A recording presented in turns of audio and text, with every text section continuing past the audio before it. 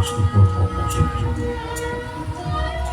Pasti setinggal jagat karo seneng kondo kali sesane kusoko.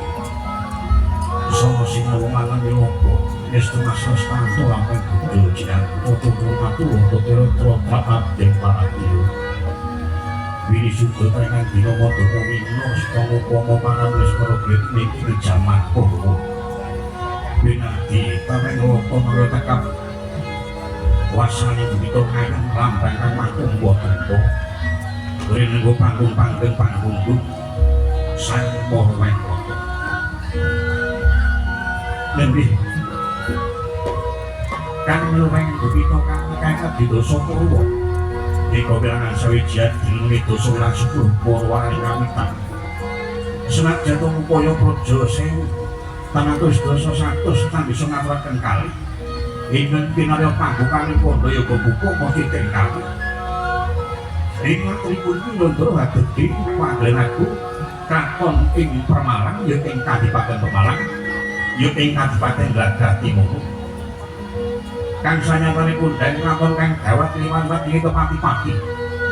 Kelaturing malang kok iring kami berwungkul kapot. Bisunjung kawat kampis kamplapi durus sirono magulai kakah poratu baratu.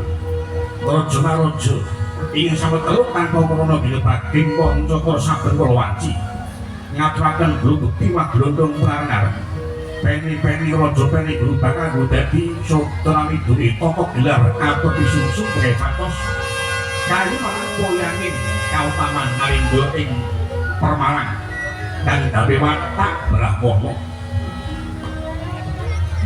nanti kota kami jelenggah ono umadyaning mesti Marindo gagah rongga-rongga jejuluk Prabu Brojo Dentuko Prabu Ano Brojo Dentuko wis mundhak ratusan sekti mondol kuno jangat pirung gordo pinukosari ngagrah sirut umpang nabagancang menteraku Prabdi Bodoyo ingin soalnya isakan ubo ramping Marindo nengi kota pengidatan ginggang Sarimo Pinoroso Semarang Agung Genrayi Uragil Kang Kasrat Den Polo Bendono nenggih ingin membeki molo rawuh lucu ing Astino Pandhita Saka Lima Baparap Sang Topo Begandura Yosiku Mboyono kundang Pandhita Pedengangan karo nungai Cumanda ana sangandhaping gunung Danyang kadhiraken marang Sang Indra Mangkin Pangarsa Patih ing negari Ngastina kalenggah pelompatan poso jenah para pati sembuni Yuarya Supan Yuraden Triganta mati ungalaken dodo ngangkungaken jonggo mukoyaya konjung kanca bantul ingkang pangadhep para kadang ingkang Raden Brojo Musti mengeraken pepatih ing Kabupaten Pemalang ya kadang taun marang agung peparap Patih Brojo Wikapo Raden Brojo Wikapo wujud gandhawa sagubuk ranggon gedhe yen Candra Mitra Mencala Surya Kembang Borowido Candi ing Palmo rawis tumpang saha Dewa Simbar Jojo tutup meweling bubangi sisyung sacuwari warak dalan remo gimbal madul-madul dan awul-awul tamu tumpang widangan lanang langking patina muwi makuling gandhawa ulun kalang lembu pindho dukut sewu tangan tuh orang meparingi gunung wong agung punika sang topo gandrung ngadhep sigro bubuh kenya ngacarani kocapuk rukmeng daya kang kawijil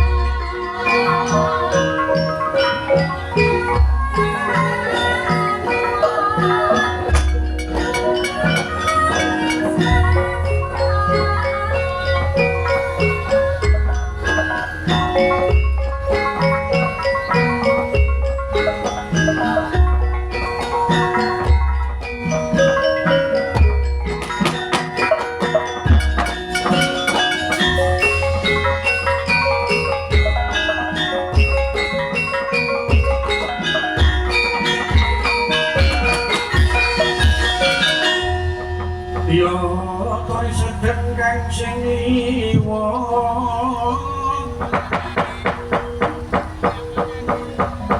Moho Sri Naranata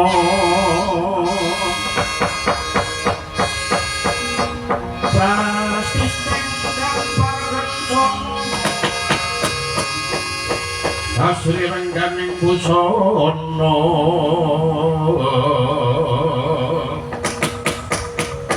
Ginontrang Wontrang Nirmas Retna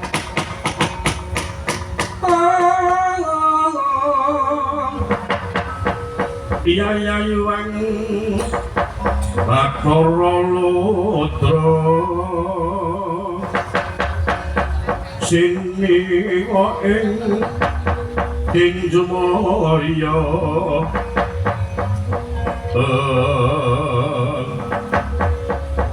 Alon wedaring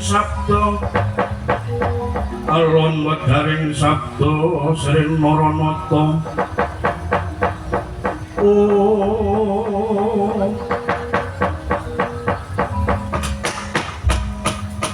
Estu jagat mami raja diwaku jagat estu ngurmati Pati brojo kampung aja dadi kejoting pamike tak tindali maju ana ngarepan bupati dalah sadèrèngipun boten ngaseni uga sampun nampi piranti wonten wiswana ingkang nerayi kematian kejawi sing menika ing abdi patang ngaturaken sugeng ing pangdi kunju sanggaping babotra wantu-wantu Kanjeng Dewaji yo takongko prayogan wonten ngadhep Dokter ngestuaken dawuh sinuwun.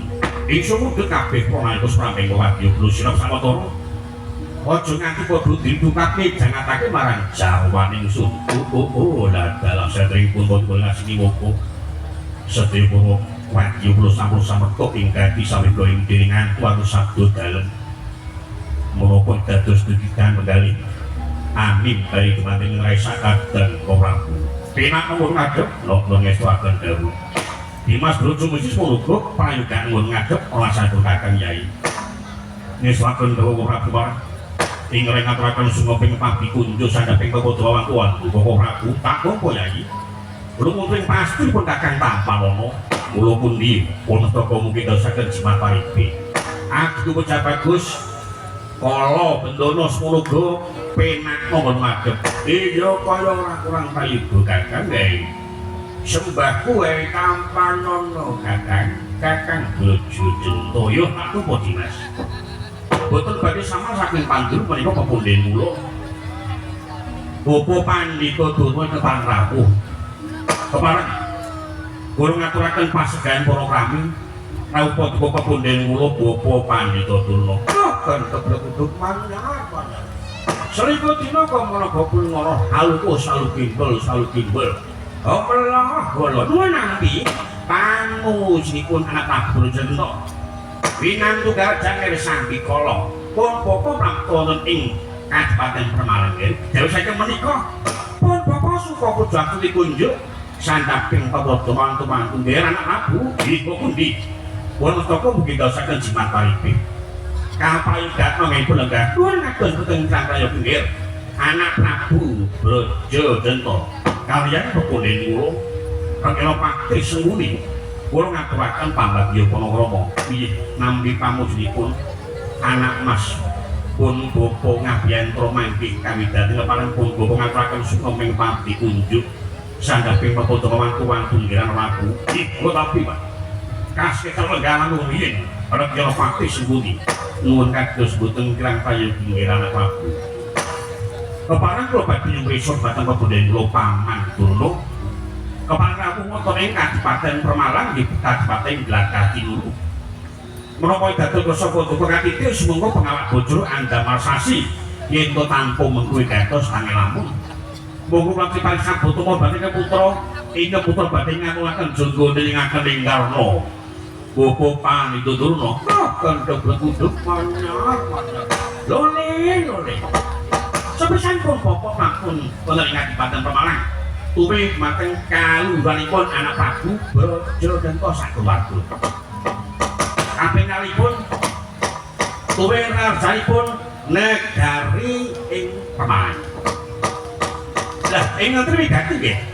Pun bapa jarang-jarang dumugi ing Kabupaten Pemalang menika sajatosipun namung badhe nakinaken babagan menapa? Nakinaken babagan kang putra keponakan.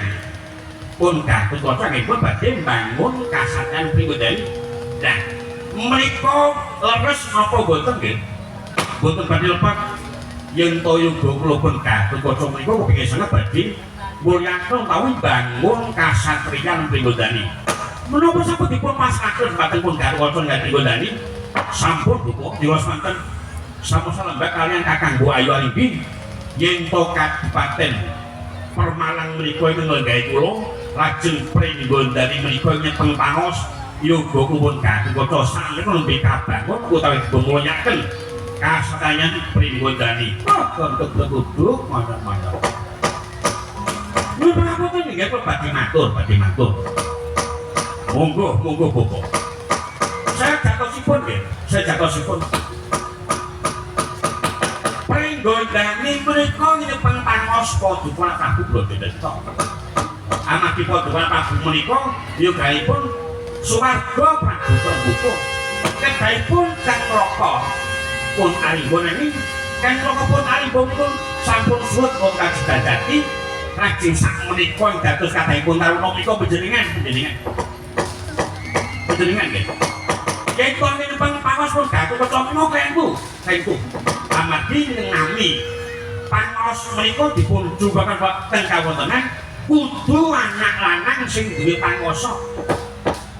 Nyun sewu lho nggih, Kakang mbok menapa Kadang Paduka Arimbi menika kadang perdo panjenengan nanging menika mijil pawestri.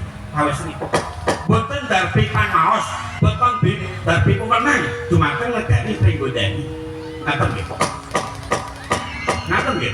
Ing kana menika Paduka Prabu Brodedeta. Ampun kengku penampi lho nggih. Kamu dipun pedhet dumateng kawontenan. Anak Prabu Brodedeta menika putra saking Suwarga Prabu Tremboko. Nggih boten. Kang Rama menika seda saking tanganipun Prabu Pandhu Dewanata. Nah, lajeng ini badhe mas wujud loro ilang dumateng sedanipun Kang Rama menika rikala semandang menika Kang Raka Prabu Arimba. Nanging ugi pecah uga wonten palugon saking tanganipun Perkudara. Kadhaipun panjenengan ing saged niwardake wong tuwa males wujud lara wikan dumateng sedherepipun Kang Rama kaliyan Kang Raka Prabu Arimba. Kula kinten boten badhe lepat nggih. Kula dados tenggalipun Pak Nebondel Pariboyo lan pun bapa dumugi mriki menika supados makinaken kaping kalipun kula menika dados patih Ponegari Ngastina. Menika dados Purangka dalemipun anak Prabu Duryudana. Kamangka anak Prabu Duryudana menika gadah kilit nggih menika para Pandhawa. Upaminipun ing tapa Dukrasa malas wujud loro wirang dhateng para Pandhawa. Pun bapa ing kinanggenah ing Kak Ngaluhur dumateng para Prabu dados senopati nyena pateni para Kurawa mengsah dumateng para Pandhawa. Mekaten nggih Prabu. Dipun penggali nggih dipun penggali malih. Upaminipun Gatut Kaca menika klampah bangun kasatan Pringgondani. Sesuk kula-kula dadi ratu Pringgondani. Panjenengan badhe dados kasetipun Gatut Kaca. Anak Prabu badhe dados bature bayi misore. Ngaten lho nggih. Anak Prabu badhe dados rereane bayi misore Gatut Kaca. Dipun penggali nggih. Anak Prabu Brodedeta. Yen kula mana-mana leres kuwi dados ngendikanipun Bapa Pandhudana. Upaminipun Gatut Kaca kula klampah bangun kasatriyan. Kula bincang akhir kewinipun badhe dados gedhi bale bayi misore. Lan kedahipun kula nyuwadaken tiyang sepuh. Tiyang sepuh kula badhe lenggah wonten papan pasuwargan. Nanging menika saged numpes para Pandhawa. mejahi para sare Pandhawa. Nah, cocok nggih cocok. Sang menika kawis jaga tata-tata dipun tepaken panjenengan anak Prabu Rajendra kados senopati nyenopateni para Kurawa. Sidhem suning pasurangan wadya gung tanpa sabawa tanpa sabawa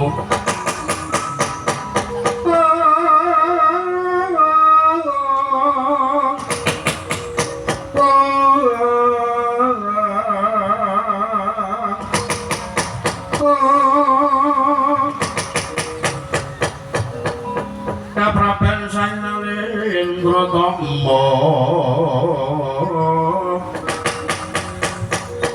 Tama mangu kawenangan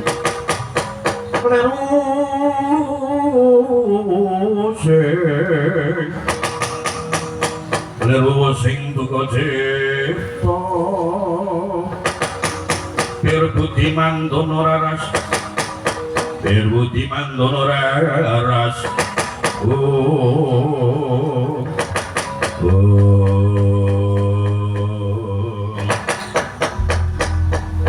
Kakang Brododenta, apa Dimas?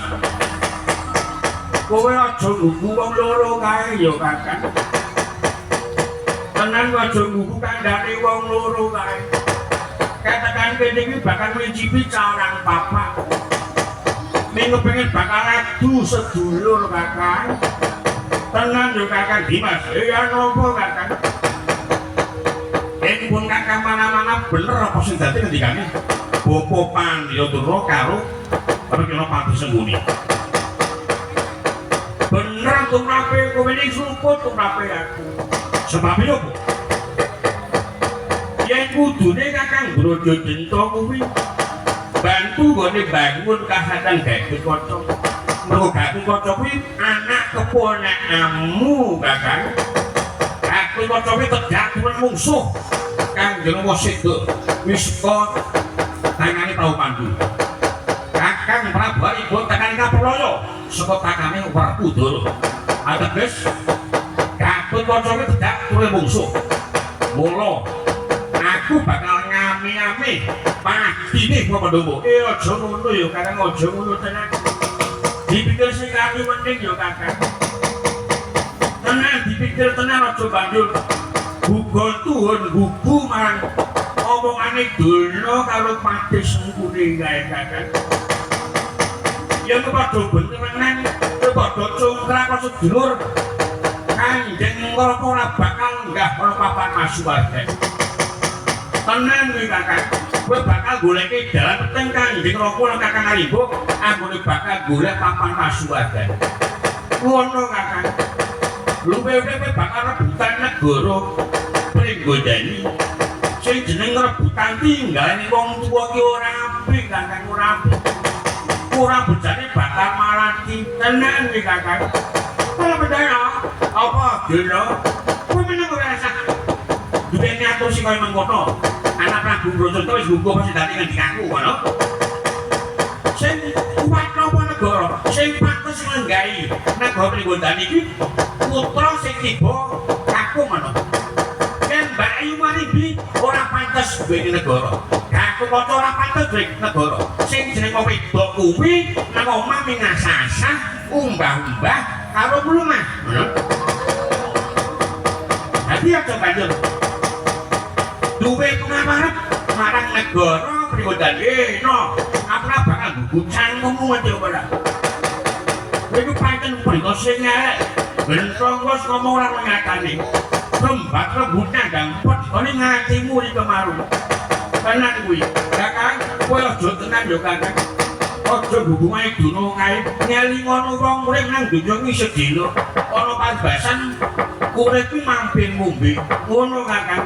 Nek ana marang kautaman nyingkur marang kadonyan ngono kuwi lho Kakang. Bubu apa sing dadi andamu Kakang? Kowe pantes kanggo conto marang para kawula, pantes kanggo conto marang para kadang ana paribasan, wong mati ninggal jeneng sing apik. Ngono Kakang, gajah mati ninggal daging, macan mati ninggal siung. Yen kowe ora ana jenengmu bengit kita alumni nggalo jeneng sing apik. Aja gugu marang omongane pendhita sing cangkeme rusak kaya ngono wae. Wis to Kakang, kowe gugu karo aku, aja gugu karo Dono Kang. Cukup meneng kowe. Kowe mikir hubungan Kakang kok. Yen maten hubungan Kakang karo manunggal kabeh Kakang, nanti ra hubungan Kakang, kowe arep minggat kok ora tak lunga.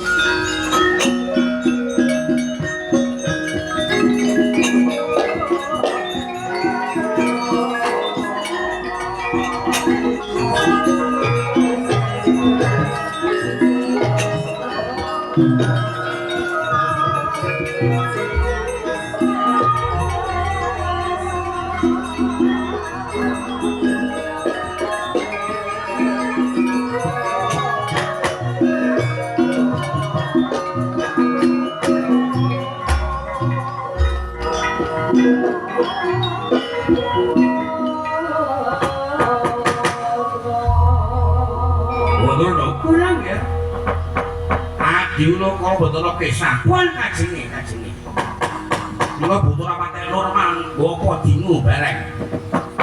Butuh nggo kae mangan ukara jam-jam mau kandungan. Apa kajenge sampeyan menapa? Nanging kula kuwatos yen to kisahku Dimas Prabudo niku mangke padul maten Kakang Nggo Ayu Aribi. Menapa kelampah Kadipaten Pamalang tidak ajan perangan. Oh ngaten nggih ngaten. Lah sampeyan kemawon. Anak Prabu suatu dawuh dumateng para kadang paduka nuntuti kala Bendana dirangkai tangane dibondo tangane lah boten aku jalan bleng rasa pakani. Manan kemawon kira kapok jambaiku. Masa kuwi kemawon nggih. Sak menika ngaten kemawon. Ampun ngantos Gatot Kaca kelapa bangun pribodani Gatot Kaca kudu digoleki, digoleki terus dipateni. Mengke para buah iso wonten asta panjenengan. Ingkang piyambak mejahi. Sami nggih kula dawuh baten ngripun Brojo Gusti. Kene Brojo Gusti niku sajata satriya menang-menang nanging kula pitados kabegjanipun kula pitados wonten kanuraganipun Dimas Brojo Gusti dumadung dawuh. Boten kang dhewe metu njaba. Kowe proyek bumi leburaku jalak ngajak desa Wilangori golek ana Gatot Kaca. Ketemu Gatot Kaca dirangkai tangane. Yen perlu dipateni. Diaturke ana ngarepan bentakan nanging yen ora iso nyekel Gatot Kaca sing tak nggo ijol gunungmu. Waduh. Wis tak kandha panyung pamit ora. Dadi madosi paten pun kaca negara sakati Dimas Brojo Gusti.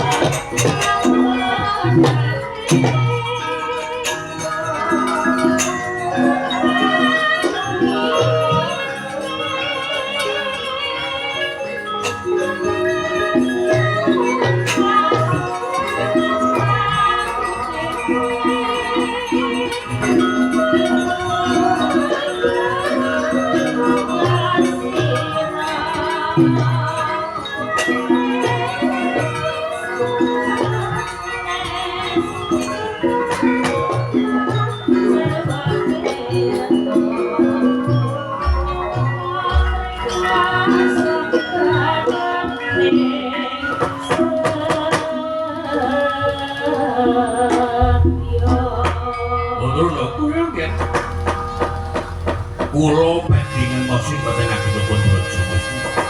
Anggenipun madosipun Gatot Kaca larangaken. Alhamdulillah bapa lenggah langkung biyen wonten ing Kadipaten Blagatingu. Ngentosi salangsungipun pun Brojo Gusti saken dawuh. Lan kula nyuwun ampun ngantos kendhat anggenipun manunggu puja-puja wontenipun Gusti Amroga dumati. Gatot Kaca. Rumah besok ini wonten dawuh nggih. Ampun ngantos kakolben sedaya para kula dipun ngawat-awati lampahipun Kadang Dimas Brojo Gusti ngestaken dawuh ing Parmada Pasukan. Laken pantas deyu Boyo Brojo iki napa Jumarjo dawuh adiku brojo lamang timbalon supaya memanuki rakune Dimas Brojo mesti anggone anu upaya marang Gatotkaca nesuwaken dawuh Kanjeng Dimas Semar pindha panaga pasilan aning dari bateng Brojo lamatan sing ati-ati aja kowe bocah wingi sore Puspurna Sabdanata sabdo panituraku sabdo pangucapan ditutup rapi ngarani topan kowe nyabdo datang lawan yen to andru Tikarata tiyang sanegari pindha tirta kasna kang tuwih rancang sita tanpa lumibek mangsini eski manah asa kundi datang jeluk saking gampar tinampi gampar dadi dinarepek para abdi bedhesnang sang mandra kawistara tedhakira nata ing Pemalang